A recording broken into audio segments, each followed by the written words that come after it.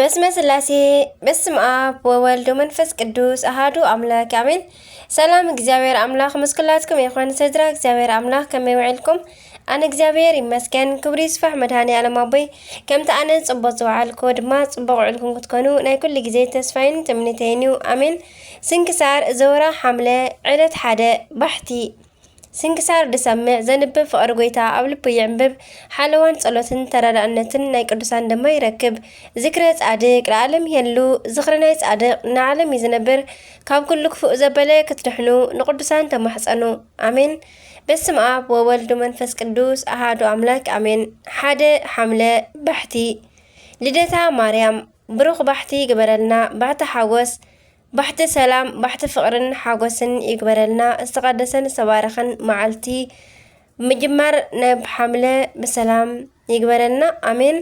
እንኳዕ ናብ ዝተባረኸ ወርሒ ሐምለን ናብ ናይ ቅዱሳን ዓመታዊ ዕረፍቲ በዓልን በሰላም ኣብፅሐኩም ኣብፅሐና አሜን።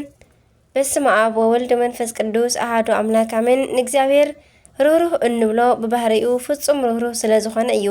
እዚ ከዓ ንምርግጋጽ ምጥዓሚ ከኣል ይግባእ እዩውን።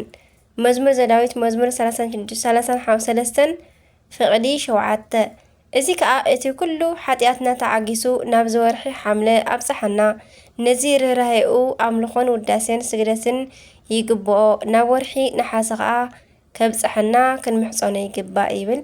በረከት ቸርነት ናይ መድኃኔ ዓለም አቦይ ምስኩላትና ይኹን አሜን። ከምቲ ብሰላም ወርሒ ዘእተወና ከምኡ ከዓኒ ብሰላም ወርሒ ፈፂሙ ናብ ዝቕፅል ወርሒ ድማ ብሰላም የብፅሐና ዓመት ንዓመት ከምኡውን ካብ ወርሒ ናብ ወርሒ የሰጋግረና ብጥዕና ብጸጋ አሜን።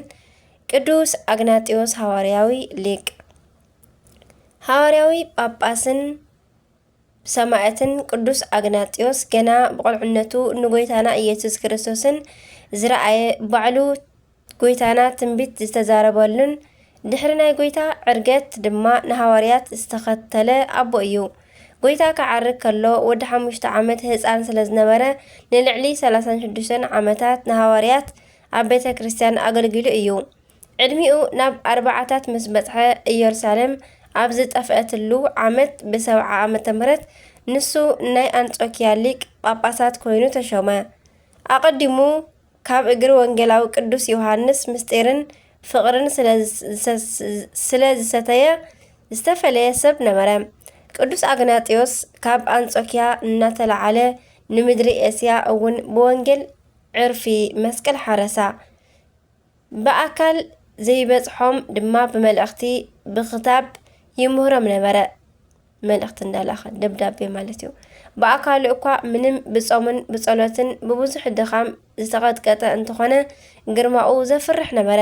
ድሕሪዚ ኩሉ ነገር ናይቲ ወቕቲ ቄሳር ጠራብሎስ ሒዙ ኣሳቅዩ ብኣንበሳ ኣብልዖ። በዚ ምክንያት ምጡው ንኣንበሳ ዝተውሃበ እናተባሃለ እዩ ዝጽዋዕ። በረከቱ ይሕደረና አሜን። ከምኡውን ኣባ ቢዮክን ኣባ ቢንያምን እዞም ቅዱሳን ብስጋይ ኣሕዋት እዮም። ካህን ኣቦኦም ብዝግባእ እንተኣዕበዮም ንሳቶም እውን ገና ብንእስነቶም ብህፃውነቶም ዘደንቕ ናይ ክህነት ኣገልግሎት ሃቡ። ሙሉእ ለይቲ ንጸሎት ምስ ነግሀ ንኪዳን ብሰርክ ከዓ ንቅዳሴ ይቀላጠፉ ነበሩ። ወትሩ ናብ ገዛኦም እናዘሩ ዝደኸሙ ከባራትዑ፣ ንዝሓመሙ ክፍውሱ፣ ንዝሓዘነ እውን ከጸናንዑ ውዒሎም ንእሽተይ ቅጫ ንድራር ይምገቡ ነበሩ። ሰብነቶም ብፍቕሪ ጨና ዝተደርዘ ነበረ እሞ ንብዙሓት ክልውጡ ከኣሉ። ሓደ ግዜ ቅዳሴ ከኣቱ ክብሉ ኣቦኹም ክመውት እዩ እንተበልዎም ሰማያዊ ኣቦ ይቕድም ኢሎም ቀደሱ።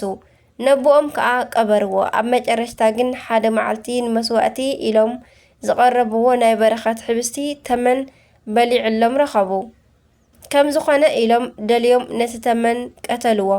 ነገር ግን እቲ ዝተባረኸ ሕብስቲ ኣብ ውሽጢ ከብዱ ነበረ እሞ እንታይ ይግበርዎ? ስለ ክብሪ ጎይታናን ኣምልኽናን ኢየሱስ ክርስቶስ ክበልዕዎ ደልዮም ንጎይታ እንተሓተትዎ መልኣኽ መጺኡ ሰማዕትነት ኮይኑ ክቁፀረልኩም እዩ በሎም። ክልቲኦም የሕዋት ቢዮክን ቢንያምን ንፈጣሪኦም ኣመስጊኖም በልዕዎ። ምእመናን ናብ ቤተ ክርስቲያን ምስ ኣተዉ ክልቲኦም ከምታ ዝተሓቋቑፍዋ ዓሪፎም ረኸብዎም። ንፉዓት ጓሶቶም እዮም እሞ ብዓብዪ ብኽያት ቀበርዎም።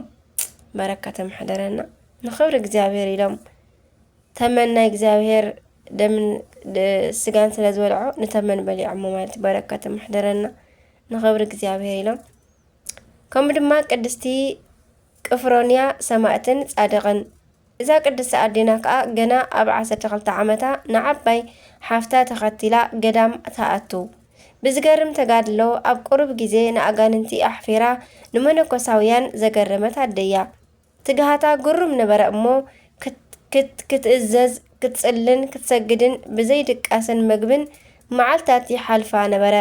በዚ ዝተቆጥዐ ሰይጣን ንኣረማዊ መኮነን ሒዝላ መጸ ካልኦት ደናግል ከምልጣ ከለዋ ንሳ ንመከራ ተቐሪባ ተጸበየት ጸንሓቶ ኣእምሮ ዝጎደሎ መኮነን ከዓ ንክርስቶስ እንተዘይክሓድ ክኢሉ ጽኑዕ መከራ ኣምጻላ በቲ ብተጋድልኣ ዝተወድአ ኣካላ ንኹሉ ከኣለት በዛ መዓልቲ ግን ክሳዳ በሰይፊ ኣቑረጻ ጎይታናን ኣምላኽናን ኢየሱስ ክርስቶስ ናይ ፈተውቱ ትዕግስትን ጽንዓትን ንዓና ከዓ ይዓድለና ካብ በረከቶምን ጸሎቶምን ተረዳእነቶምን ድማ ይኽፈለና ኣሜን።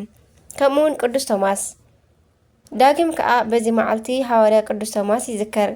እዚ ከዓ ካብ ህንዲ ኣውራጃታት ኣብ ሓደ ቦታ ወንጌል ሰቢኹ ፍርቆም ከኣምኑ ከለዉ ፍርቆም ከዓ እምቢ በሉ። ቅዱስ ቶማስ ከዓ ነቶም ዝኣመንዎ ካብ ጣዖት ኣምልኾ ካብ ዝሙት ህደሙ ኢሉ መኸሮም። ምኽሩ ካብ ዝሰምዕዎ ሓደ ሰብ በታ ምሸት ክሰቲ ኢሉ ናብ ናይ ምሸት ባር ወይ ከዓ ናብ ተልሂት ቤት ኣተወ።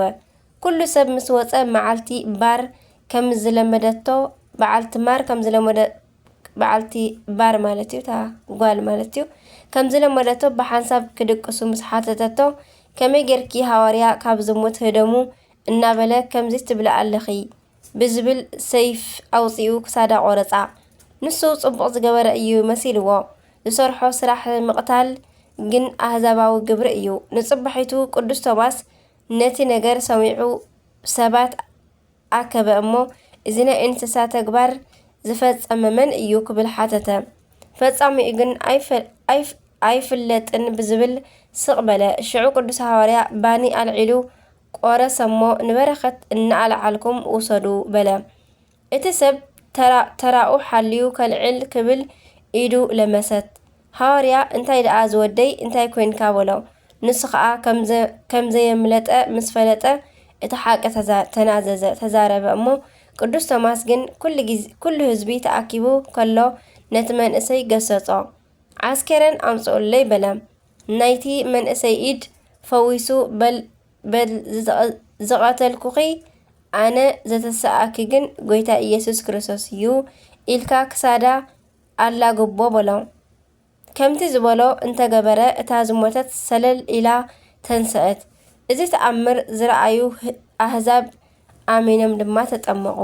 በረከተ ማሕደረና ካብ ቅዱስ ሐዋርያ በረከት ይኽፈለና ኣሜን። ሓምለ ዕለት ሓደ ዝኽበሩ ዓመታዊ ናይ ቅዱሳን በዓላት ቅዱስ አግናጢዮስ ሐዋርያ ሰማዕት፣ ኣበው ቅዱሳን ብክዮን ብንያምን፣ ቅድስቲ ኣፍሮንያ ሰማዕትን ጻድቕን፣ ቅዱስ ቶማስ ሐዋርያ፣ ኣቡነ ገብረ መድህን ጻድቅ፣ ኣባ ኣልኪዮስ ዘሮሜ። ወርሓዊ በዓላት ድማ ልደታ ለማርያም፣ እግዝእትነ ቅድስት ድንግል ማርያም፣ ቅዱሳን ኢያቄምን ሃናን ወለዳ፣ ቅዱስ ራጉኤል ሊቀ መላእክት፣ ቅዱስ በርተሎሜዎስ ሐዋርያ፣ ቅዱስ ሚልኪ ገባረ ትሩፋት። በታ ሰዓት እቲኣ እቶም ደቁ መዛሙርቱ ኣብ መንግስተ ሰማያት መን ይዓቢ በልዎ። ህፃን እናብኡ ፀዊዑ ኣብ ማእከሎም ኣቆሞ እሞ ከምዚ በለ፣ ናይ ብሓቂ ይብለኩም ኣለኹ እንተዘይተመሊስኩም ከም ህፃናት እውን እንተዘይኮንኩም ናብ መንግስተ ሰማያት ከቶ ከምዘይተኣቱ ብሓቂ ይብለኩም ኣለኹ። እቲ ከምዚ ህፃን እዚ ርእሱ ዘትሕት ንሱ እዩ ኣብ መንግስተ ሰማያት ካብ ኩሉ ዝዓቢ በሎም። በረከተ ምሕደረና ኩሎም ቅዱሳና ናይ ዝዕለት ዝውዕሉ በረከተ ምሕደረና ዕለት ሓደ ማለት እዩ።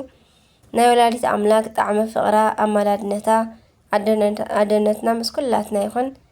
ናይ ዕለት ኩሎም ድማ ናይ ማቴዎስ معرف 18 فقدي حدا أتناحنا نببنا خلينا نعلت كلتها سنكسار دما نغسل بس ما أب وولد منفس قدوس أحد أملاك من حملة كلتها بحاو تقاتل دمو بقفع زفتسة نايموتان بخور زخانة صادق قابل عرفتيو سمعت أونا ألانيكوس عرفتميو أب عالم بنقسنا منبر نعقوم زماننو بوزح تأمرات بمقبر زفلطو ود قدوس هاتي كنا أملاك ناي داغنا أونا قورا كريستوسون عرفتميو كمون بتي حلت مس قدوس فيلاتاوس 9,700 بسماعتنا تعرفوا سنكسار بحصير قوال حرقانس حلمي تترجم نبيت سابيلا بسماعتنا عرفت بمالت تتقسا قدست سابيلا سماعت عرفتايو بركة محضرنا أمين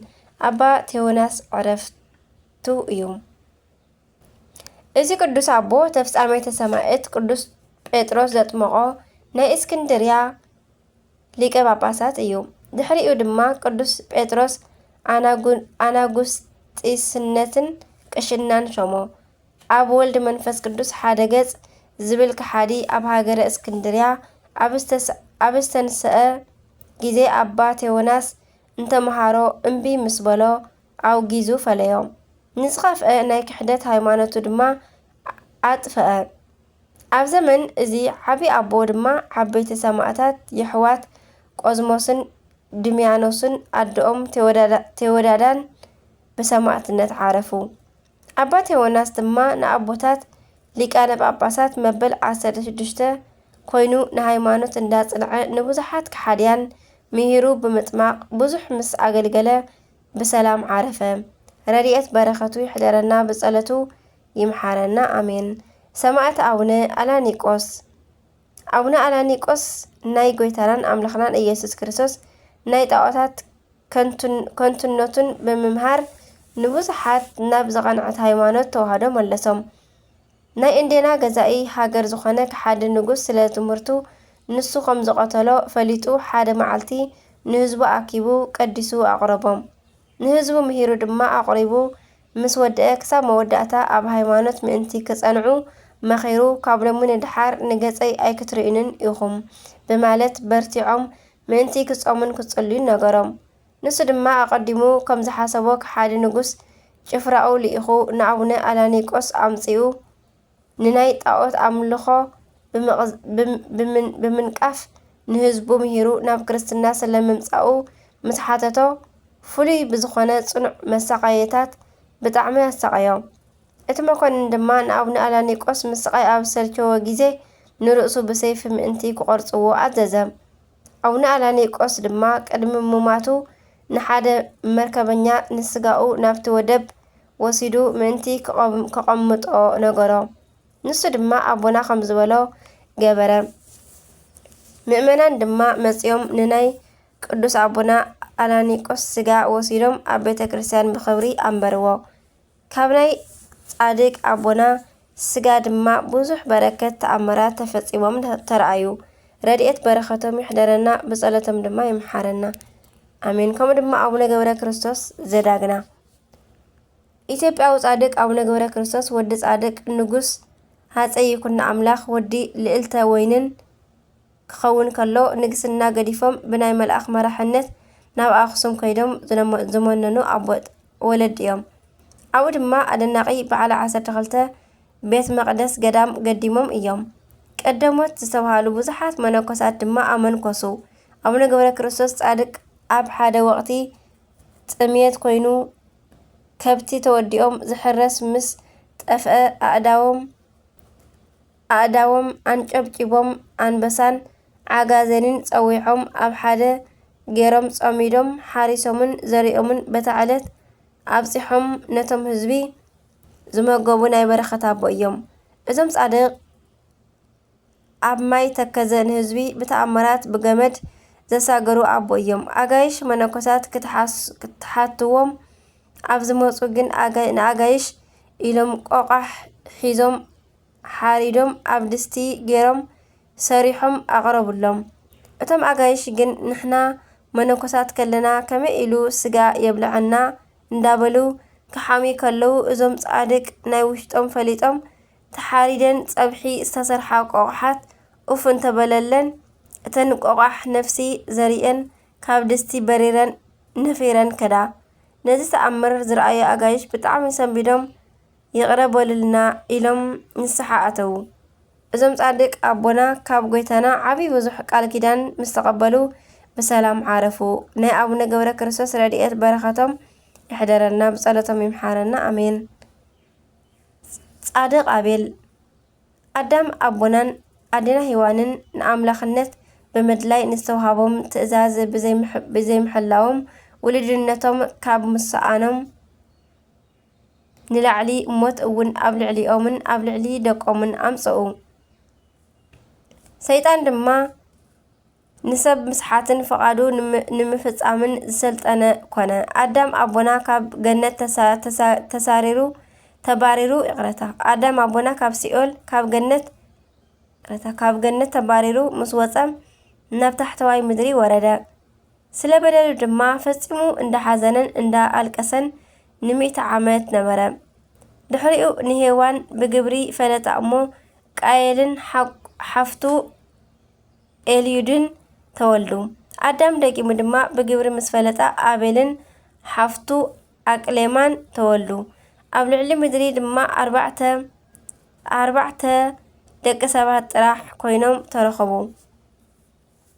ደቁ ድማ ንኣካለ መጠን ምስ በጽሑ ኣዳም ንሔዋን ኣማኺሩ ዘረሓሓቐ መሲልዎ ናይ ቃኤል መንታ ንኣቤል ናይ ኣቤል መንታ ንኣቤል ኣመርዓውዎም። ናይ ቃኤል መንታ ዝኾነት ኣቤል ዝተመርዓዋ ኤልዩድ ንኣዳኣ ሔዋን እትመስል ብጣዕሚ ምልክዕቲ ነበረት። ቃየል ድማ በዚ ግዜ ቅንዓት ሒዝዎ ንኣዲኡ ሔዋን ኣነ ንናተይ መንታ ኣቤል ድማ ንናይ ባዕሉ መንታ ምምርዓው ይግብአና በላ። ኣዳም ድማ ነዚ ምስ ሰምዐ ብጣዕሚ ተጨነቐ። ንቃየል ድማ ፀዊዑ ሓቢራ ምሳኻ ምስ ዝተወልደት መንታኻ ክትምርዖ ኣይግብአካን፣ እንተዘይኮይኑ ድማ ክልቲኹም ንእግዚኣብሔር መስዋእቲ ኣቕርቡ እሞ ነቲ መስዋእቱ ዝተቐበለሉ ትኹን በሎ። ኣቤልን ቃየልን ድማ መስዋእቲ ኣቕረቡሉ ግዜ ኣብ ዘቕረቡሉ ግዜ ኣቤል ነቲ መስዋእቱ ብንጹህ ልቢ ኮይኑ ስለ ዘቕረቦ እግዚኣብሔር ንመስዋእቱ ተቐበለሉ። ንቃየል ግን ኣይተቐበሎን። ቃየል ድማ ፈጺሙ ሓዘነ። ሰይጣን ድማ በዚ ወቕቲ ናብ ቃየል ጽግዕ ኢሉ እንታይ የሕዝነካ ኣለዎ በሎ። ቃየል ድማ 2 ግዜ በደል በጽሓኒ ኣቦይ ንመንታ ሓፍተይ ናብ ኣቤል ሓወይ ኣመርዓዋ፣ ከምኡ ድማ እግዚኣብሔር መስዋእተይ ኣይተቐበለን በሎ። ሰይጣን ድማ ምኽሪ ካባይ ስማዕ፣ ንኣቤል ሓውካ ናብ ምንጪ ማይ ውሰዶ እሞ ማይ ክሰቲ ክብል ብእምኒ ጌርካ ቀተሎ፣ ኣብ ዝሞተ ግዜ ድማ ንስኻ ንኽልቲአን ክትምርዓወን ኢኻ ዝኽልክለካ የለን በሎ።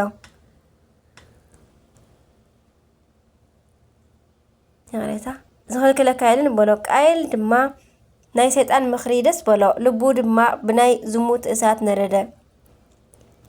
ሰይጣን ከም ዝመሃሮ ድማ ንሓዉ ኣቤል ቀተሎ። ብጓል ብምቕናዕ ጻድቅ ኣቤል ብግፍዒ ብኢድ ሓዉ ሞተ። ብኸምዚ ድማ ሞት ናብ ዓለም መጸ ኣተወ፣ ንእግዚኣብሔር ንመጀመርያ ግዜ ማለት እዩ።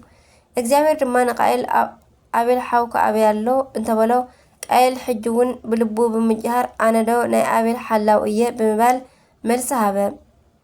እግዚኣብሔር ድማ ንቃየል ረገሞ፣ ከምኡውን ካብዛ ንደም ሓውካ ካብ ኢድካ ክትቅበል ኣፋ ዝኸፈተት ምድሪ ርጉም ኩን፣ ንምድሪ ምስ እትሓርሳ መሊሳ ሓይላ ኣይክትህበካን እያ፣ ኣብ ምድሪ ኮብላልን ቀባሕባሓይን ኩን ኢሉ ረገሞ። እዚ መርገም ዘርኡ ብጥፍኣት ማይ ካብ ገጽ ምድሪ ክሳብ ዝድምስስ ኣብ ልዕሊ ቃየል ዝበዝሐ ኮነ። ናይ ክብሪ በዓል ቤት ጎይታና ድማ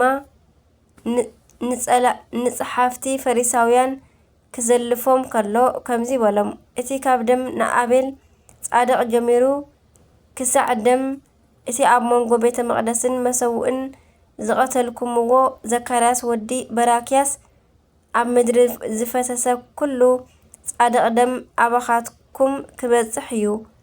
ብርሃነ ዓለም ቅዱስ ጳውሎስ ድማ ስለ ጻድቕ ኣቤል ክምስክር ከሎ ኣቤል ካብ መስዋእቲ ቃየል ዝበልጽ መስዋእቲ ንኣምላኽ ብእምነት ኣቕረበ።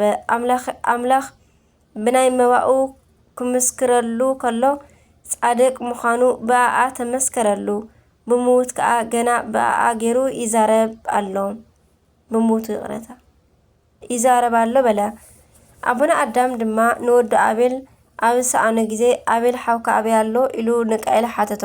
ቃየል ድማ ብትዕቢትን ብቁጣዕን ኣይፈልጥን ኣነ ዶ ናይ ኣቤል ሓላው እየ ኢሉ መለሰ። ኣዳም ድማ ንወዱ ምእንቲ ክደሊ ናብ ዱር ጎዩ እንተኸደ ኣብ ደንደስ እቲ ምንጪ ንበድኑ ረኸቦ። ንናይ ኣቦና ንናይ ኣቤል ዓስኬረን ድማ ሓቒፉ እንዳልቀሰ ወደየ እንታይ ረኸበካ መን ቀተለካ እንዳበለ ክበኪ ከሎ ካብ ናይ ኣቤል በድኒ ወይ ከዓ ሬሳ ቃል ወፂኡ ቃየል ሓወይ ቀተለኒ ኢሉ ንኣቦኡ ተዛረቦ። ኣዳምን ሂዋንን ድማ ብሞት ናይ ኣቤል ወዶም 28 ዓመት እንዳልቀሱ ነበሩ።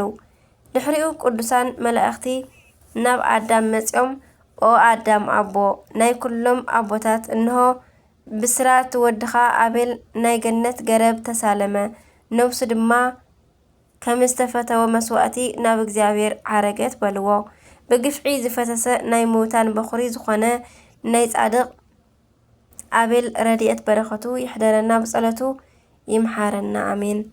ዕለት 2 ዝኽበሩ ዓመታዊ ናይ ቅዱሳን በዓላት ቅዱስ ኣቤል ጻድቕ፣ ቅዱስ ቴዎናስ ሊቀ ጳጳሳት፣ ቅዱስ አላኒቆስ ሰማዕት፣ ቅድስት ሳቤላ ነቢት፣ ቅዳሴ ቤታ ንድንግል ኣብ ደብረ ኣባ ሲኖዳ። ወርሓዊ በዓላት ድማ ቅዱስ ሳዲዮስ ሐዋርያ፣ ቅዱስ ኢዮብ ጻድቕ ተኣጋሲ፣ ቅዱስ ኣባ ጳውሊ ገዳማዊ ዓቢ፣ ቅዱስ ዮሐንስ ነቢ መጥመቀ መለኮት፣ ሊቅ ኣባ ሕርያቆስ፣ ቅዱስ ሳዊሮስ ይብል። በረከቶም ይሕደረና ናይ ኩሎም ቅዱሳን ስንክሳር ተጸዊዖም ዝውዕሉ በረከቶም ይሕደረና ኣሜን። ናይ ዕለት 3 ሐምለ ድማ ንቕጽል። በስመ አብ ወወልድ መንፈስ ቅዱስ አሐዱ አምላክ አሜን። እዚኣ ካብ በአምሓርኛ እንኳን ለአምደ ሃይማኖት ቅዱስ ቄርሎስ ዓመታዊ የእረፍት በዓል በሰላም አደረሳችሁ አደረሰን አሜን። ቅዱስ ቄርሎስ ሊቅ። ቅዱስ ቄርሎስን ሊቃውንተ ቤተ ክርስቲያንን አምደ ሃይማኖት የሃይማኖት ምሰሶ ይሉታል። ይህስ እንደምን ነው ቢሉ ሊቁ የተወለደው በእስክንድሪያ ግብጽ በ40ኛው መቶ ክፍለ ዘመን ነው። እናቱ የወንቁ ፓትርያርክ ቅዱስ ቴዎፍሎስ እህቱ ነበረችና አጎቱ ቅዱስ ቴዎፍሎስ ወስዶ አሳድጎታል። ገና በልጅነቱ ወደ አባ ሰራቢዮን ገዳም ገብቶ ቅዱሳን መጻሕፍትና ገዳማዊ ሕይወትን ተምረዋል። በጾም በጸሎትና በትህትና የታሸ ነውና ሲማር አንድ ጊዜ ካነበበው በህሊናው ተስሎ ይቀር ነበር። ቅዱስ ቴዎፍሎስ ምእመናንን አስተምርልኝ ብሎ ወደ ከተማ አመጣው። መንፈስ ቅዱስ አድሮበታልና ሲያስተምር ወደ ደግሞ መጻሕፍትን ሲያነብ ከምእመናን ወገን ስንኳን የሚያወራና የሚንቀሳቀስ ቀርቶ የሚቀመጥም አልነበረም። ጣዕመ ስብከቱም ብዙዎችን ሰዎች ለወጠ። ከዚያም በ412 ዓመተ ምህረት አጎቱ የነበረው ፓትርያርክ አባ ቴዎፍሎስ ሲያርፍ ጳጳሳትና ሊቃውንት በአንድነት ቅዱስ ቄርሎስን መረጡ። የእስክንድሪያም 24ኛ ሊቀ ጳጳሳት ሆኖ ተሾመ። በዘመኑ ቤተ ክርስቲያን አበራች። በቅድስናው፣ በሊቅነቱ፣ በስብከቱ፣ በድርሰቶቹና በትጋቱ በፍጹም አገለገላት። በወቅቱ ስመ ክፉ መናፍቅ ንስጥሮስ ተነስቶ የእስያ አብያተ ክርስቲያናትን አወካቸው። ትምህርቱ ክርስቶስን ሁለት አካል ባህሪ ነው ለቱ ስብሐት የሚል ነበር። ሁለት አካል ባህሪ ነው። በእውነት እንየው የተባለ ግን ጠጡና ጥላቸው ከድንግል ማርያም ጋር ነበር። ምክንያቱም ጌታችንን ወደ ሁለት የከፈለው እመቤታችንን የአምላክ እናት አይደለሽም ለማለት ነው። ላቲ ስብሐት። ነገሩን ቅዱስ ቄርሎስ በሰማ ጊዜ ወዳለበት ሄዶ ቢመክረውም ንስጥሮስ ሊሰማ አልፈለገም። በዚህ ምክንያት በትንሹ ቴዎዶሲዮስ የቁስጥንጥንያ ንጉሥ ትእዛዝ በኤፌሶን ታላቅ ጉባኤ እንዲሰበሰብ ሆነ። ይህ ጉባኤ ቤተክርስቲያናችን የመጨረሻው የተቀደሰ ጉባኤ ነው። በ431 ዓመተ ምህረት በኤፌሶን ከተማ የመናፍቃኑን ጥርቅም ሳንቆጥር ሃይማኖታቸው የቀና 200 ቅዱሳን ሊቃውንት ተገኙ። የሚገባው ጸሎትና ሱባኤ ከተፈጸመ በኋላ ጉባኤው ተጀመረ። አፈ ጉባኤውም ሊቀ ማህበር ማር ቅዱስ ቄርሎስ ነበረና በጉባኤ ፊት ንስጥሮስን ተከራክሮ ረታው፣ ምላሽም አሳጣው።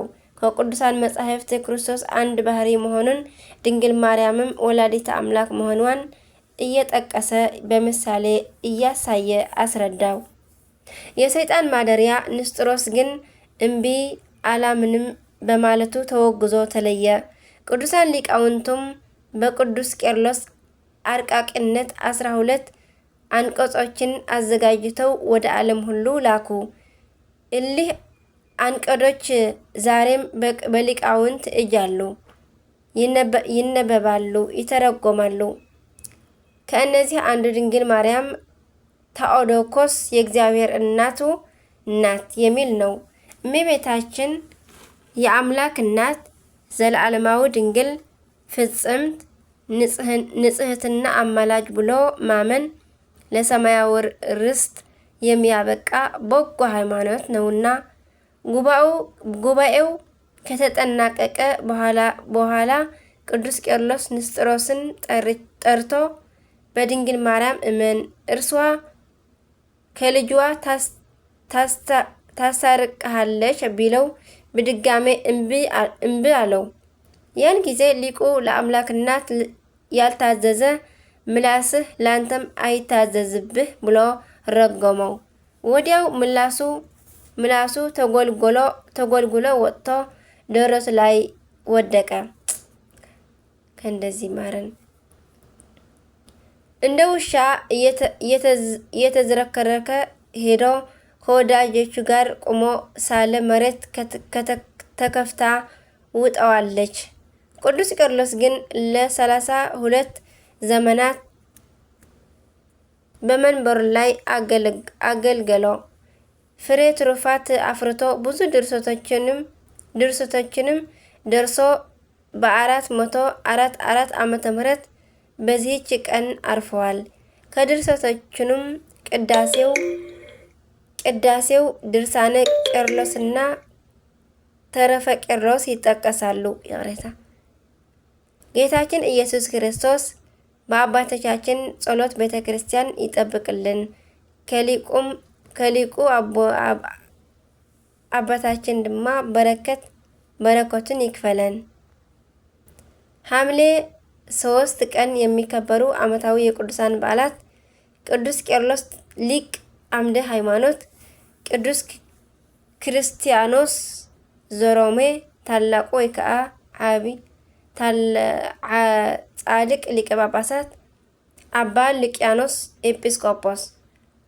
ወርሃዊ በዓላት: ባዕታ ለእግዝእትነ ቅድስት ድንግል ማርያም ወላዲተ አምላክ፣ ቅዱሳን ኢያቄምን ሐናን፣ ቅዱሳን ሊቃነ ካህናት አበው ዘካርያስና ስምዖን፣ አባ ሊባኖስ ዘመጣ፣ አቡነ ዜና ማርቆስ፣ አቡነ መድኃኒነ እግዚእ ዘደብረ በንኮል። በረከተ ማሕደረና። የእግዚአብሔርን ቃል የተናገራችሁን ዋናቻችሁን አስቡ፣ የኑራችሁንም ፍሬ የተመለከታችሁ በእምነት ምሰሏቸው። ኢየሱስ ክርስቶስ ትናንትና ዛሬ እስከ ዘላለም ያው ነው። ልዩ ልዩ አይነት በሆነ በእንግዳ ትምህርት አትውሰዱ።